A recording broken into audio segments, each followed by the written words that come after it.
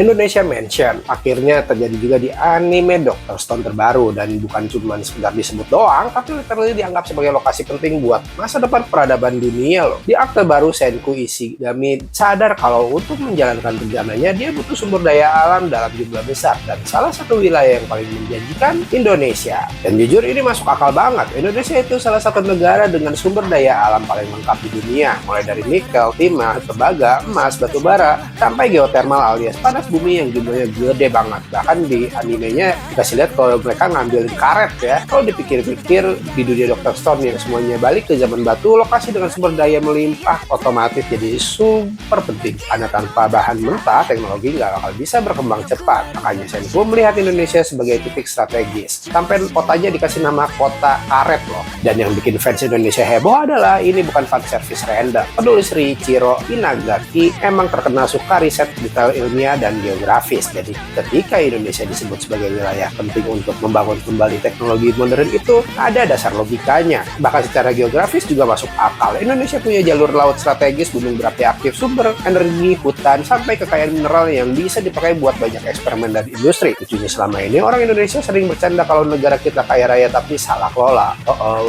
Sekarang malah anime science ngajarin dunia kalau Indonesia itu sebenarnya aset besar buat masa depan manusia. Dan menurut gue ini salah satu momen paling keren dari Dr. Stone, karena mereka nggak cuma bikin sains terlihat keren, tapi juga bikin penonton sadar betapa berharganya sumber daya alam dan posisi geografis suatu negara. Jadi ya, kalau suatu hari peradaban runtuh dan harus dibangun ulang, ternyata Indonesia bukan cuma tempat survive, tapi bisa jadi salah satu kunci kebangkitan dunia kalau bener ngelolanya. Tulis komen lo di kolom komentar.